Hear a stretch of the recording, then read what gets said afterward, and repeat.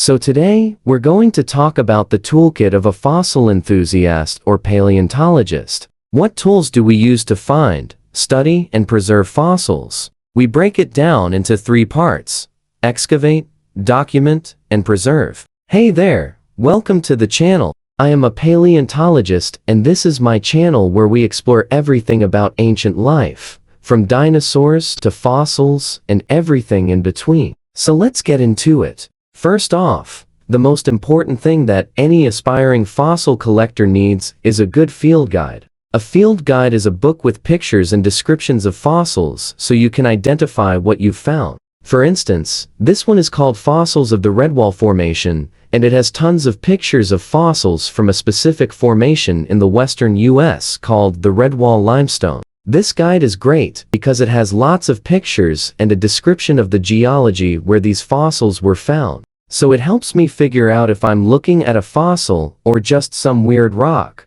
It also tells me which time period these fossils are from. And finally, it gives me an idea of what's possible to find in this area. But be warned, these things can get really heavy. Like this one is over 2 pounds. I carry around the Redwall book when I go fossil hunting in the area because the rocks look very different from other areas. It's always good to have a guidebook that matches the area you're exploring. Next up is a geologist's hammer. I literally take this thing everywhere with me. We use hammers to break open hard rock and reveal what's inside. Sometimes there are fossils hidden inside, and we only need a hammer to get to them. This one is a 2-pound sledgehammer. And the nice thing about it is it's got a rubberized grip, so it doesn't slip in my hands when it's wet. Speaking of which, this next tool gets used a lot when I'm in the field. These are nitrile gloves. You see, rocks often have dirt and mud stuck to them, so they can get really slippery. These gloves help keep my hands clean and dry, so I don't drop the hammer or other tools. They also protect my hands from getting cut while I'm carefully chipping away at a fossil. Sometimes the rocks have really sharp edges, and it's hard to control the way they break apart. Gloves are also helpful when I'm carefully cleaning off a fossil with a toothbrush. Most of the time, though, my hands get dirty no matter how many times I wash them. My friends joke that I'm always covered in mud and dirt.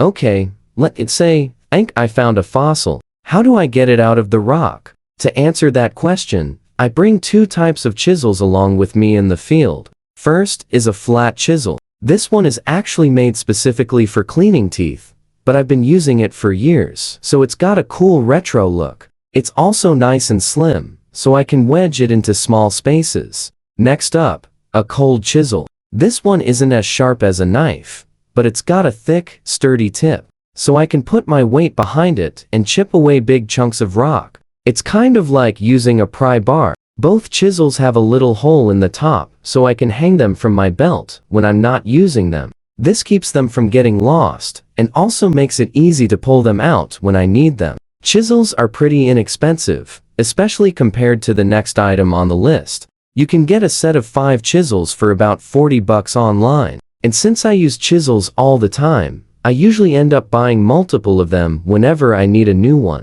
Another important part of a paleontologist's toolkit is knowing your way around the geologic timescale. Click here to watch a video I made about how to remember the order of geologic time periods. Time periods are divided by major extinction events, and the order is always the same. So if you know the order, you'll never forget it. This next tool seems obvious, but it's something we use all the time in the lab. It's a bucket of water. Yes, water. Water is cheap and easy to transport. It doesn't cost much to buy, and it cleans off rocks pretty well. I mean, look at it. There's nothing in here but dirt and rock, yet it still looks clean. That's because the water and the bucket did their job. Plus, sometimes the fossils themselves have pores and channels inside them, so we use pressurized water to blow out the dirt and make the fossil look brand new. Speaking of pressurized water, this next item on our list is a must-have for cleaning fossils. It's called a dental pick. I prefer to use one with a few side prongs so I can scrape away dirt and gunk without damaging the fossil itself. I use a dental pick before I bring out the big guns, like this air scribe. This thing uses compressed air to blast away dirt. It comes with a variety of nozzles, so you can change the size and shape of the airstream. It's best for removing dirt from big, delicate fossils. The airstream is strong enough to blow out even sand, but it's gentle enough to not damage the fossil. The air compressor that powers this thing is loud, but it's worth it for the power it provides. One important note, though, wear ear protection when you use this thing. It's really loud, and prolonged exposure to loud noises can cause permanent hearing loss. Some fossils are fragile and require a more gentle touch. When that happens, I use a soft brush to clean off the excess dirt. These brushes come in various shapes and sizes, so there's one for almost every situation. I like the ones with natural bristles because they're softer than synthetic ones. If a fossil has really tiny details, I switch to a smaller paintbrush. Natural hair brushes are best for this.